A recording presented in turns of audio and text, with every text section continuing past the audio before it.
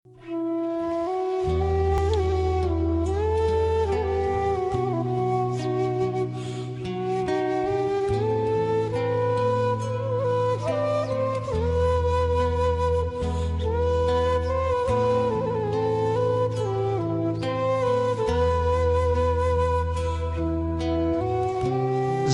kembali ke penjara Zawiyah, dan mengatakan kepada Kidamun, bahwa dia memenjarakan budak Ibraninya adalah untuk dirantai, dibuat kelaparan, dan dihukum agar dia jera. Tapi mereka malah membiarkannya begitu saja. Kidamun langsung menyangkal perkataan Zulaikha itu, karena jika orang dirantai itu agar ia tak bisa lari, sedangkan Yuzarsif tidak akan melarikan diri. Orang yang dibuat lapar jika orang itu suka makan, sedangkan Yuzarsif tidak seperti itu. Tahanan yang dicambuk, jika dia melanggar aturan, sedangkan Yuzarsif tidak pernah melanggar aturan apapun. Perkataan Kidamun itu langsung membuat Zulaikha sadar, bahwa ia memang telah mengambil hati para penjaga, bahkan para tahanan yang lain. Kidamun pun mengungkapkan, bahwa memang semua orang di dalam penjara ini, sekarang sangat menghormati Yuzarsif, dan dia juga memaklumi jika Zulaikha terpikat kepadanya. Setelah itu Kalimama membujuk Yuzarsif agar kembali ke istana, dan mau menuruti semua permintaan dari Zulaikha. Akan tetapi Yuzarsif dengan lantang menolak ajakan itu, karena dia tidak ingin menukar kebebasannya dengan sebuah dosa. Zulaikha yang mengetahui hal itu pun menyuruh agar Yuzarsif terus dipenjarakan sampai ia mati membusuk di dalam penjara. Sementara itu di Kanan, orang yang kemarin bertemu dengan Yuzarsif, menemui Yakub dan mengatakan bahwa dia bertemu dengan seorang pemuda yang ada di penjara. Dia menanyakan kabar Yakub. Ketika Yakub menanyakan apakah nama pemuda itu Yusuf, orang itu menjawab bahwa pemuda itu tidak menyebutkan namanya, dan hanya bertanya tentang Yakub saja. Dia juga berpesan agar Yakub mendoakan anak yang terpisah dari ayahnya.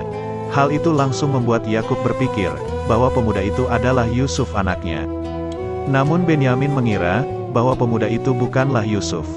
Karena apa yang Yusuf lakukan di Mesir, sampai ia harus dipenjara. Yakub pun berdoa agar Allah mengabulkan semua doa dari pemuda yang ada di tahanan itu, dan segera membebaskannya dari sana. Anikmahu akhirnya mendapatkan surat undangan dari Amunhotep, untuk menghadiri sebuah pertemuan di istana. Para pendeta berpikir, bahwa acara itu adalah sebuah perangkap, dan mengusulkan agar membawa pasukan Amun untuk berjaga-jaga jika terjadi bahaya di sana. Namun Anikmahu mempunyai ide, agar mereka mengundang beberapa pembesar kota, hadir di pertemuan itu. Agar Amunhotep tidak bisa menindak mereka di acara itu. Sementara itu di penjara Zawiyah, Apufis dan Inarus akan dibawa keluar untuk disidang di hadapan Amunhotep.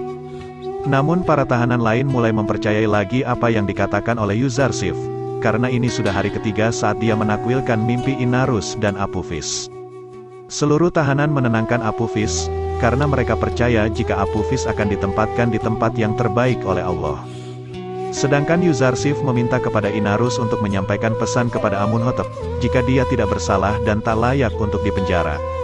Perkataan itu ternyata membuat Yuzarsif merasa bersalah, karena dia seharusnya meminta bantuan kepada Allah, bukannya kepada Amunhotep. Dia terus-menerus merasa bersalah, dan bertobat kepada Allah, karena sudah berharap kepada selainnya.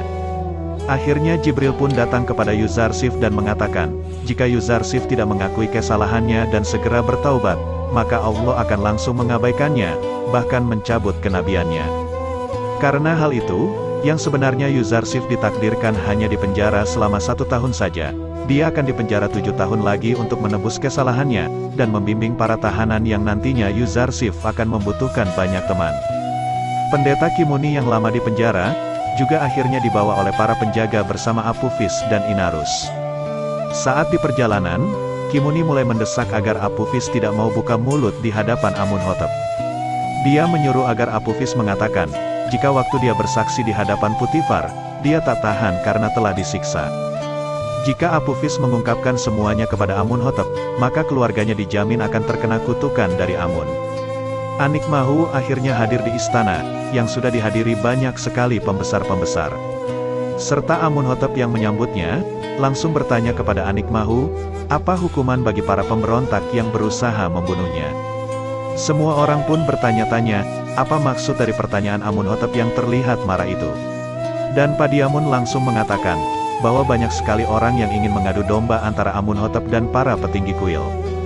Tapi Putifar langsung menyuruh agar penjaga membawa masuk Apophis dan Inarus. Yang langsung ditanyain, apakah mereka ada hubungannya dengan para pendeta saat berencana membunuh Amunhotep. Apophis langsung menjawab, bahwa para pendeta tidak ada hubungannya sama sekali dengan rencana pembunuhan itu, dan saat dia mengakui di depan Putifar itu, karena dia tidak tahan disiksa. Maka dari itu, dia mengarang cerita agar berhenti disiksa oleh para penjaga penjara. Anikmahu lalu mengatakan kepada Putifar, kenapa dia sangat bersikeras menuduh para pendeta terlibat masalah ini. Putifar pun mengatakan, bahwa pertunjukan ini masih akan berlanjut. Kemudian dibawa masuk lagi Kimuni, yang membuat para pendeta lain terkejut dan merasa ketakutan. Namun saat Kimuni ditanya, kenapa ia mencari Apophis sampai di penjara. Kimuni menjawab, bahwa dia merasa kasihan kepada keluarga yang selalu menangis kehilangan Apophis. Karena jawaban itu, Putifar tidak bisa lagi membongkar rahasia yang sesungguhnya. Karena Apophis dan Kimuni tidak mengakui yang sebenarnya terjadi. Karena kejadian itu, Amunhotep sangat marah, dan mengusir para pendeta, karena dia merasa kalah di hadapan semua orang. Amunhotep muda lalu mengatakan kepada Apophis, jika Apophis mengakui semuanya, maka para pendetalah yang akan dihukum, dan Apophis akan terbebas dari hukuman.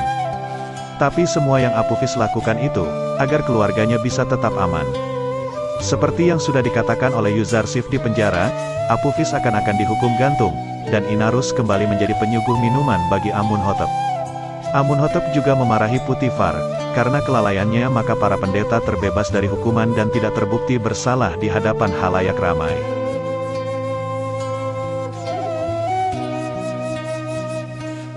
Keesokan harinya Apophis dihukum gantung di alun-alun, disaksikan oleh seluruh warga kota dan para pendeta, yang terus menganggap Apophis adalah orang kafir, karena menjelek-jelekkan Dewa Amun dan para pendeta kuil.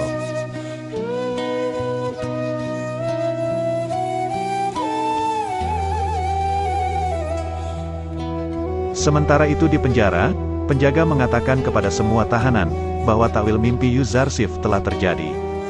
Tapi Nineferkip tetap menganggap bahwa Yuzarsif adalah seorang penyihir, dan menyuruh untuk meramal lagi apa yang akan terjadi. Yuzarsif menjelaskan bahwa itu bukanlah sihir, melainkan tanda-tanda Allah yang menjadi petunjuk baginya. Dia juga mengatakan bahwa sebentar lagi Nineferkip akan bebas dari penjara. Hal itu membuat dia merasa sangat senang, karena seharusnya ia dipenjara seumur hidup. Tapi para tahanan lain berharap jika perkataan Yuzarsif sekali ini adalah salah. Sementara itu jasad Apophis yang masih tergantung, mulai dikerumuni oleh burung gagak, seperti apa yang dikatakan oleh Yuzarsif.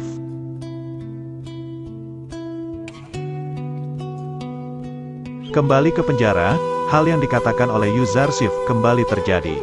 Nineferkip dibebaskan dari penjara, karena para pendeta kuil Amun memintanya, untuk alasan agar dia bisa menjadi lebih baik dan mengabdi untuk kuil Amun. Semua tahanan pun lagi-lagi terkagum-kagum, karena ucapan Yuzarsif kembali terjadi dan semakin percaya bahwa Yuzarsif merupakan utusan dari Allah untuk mereka.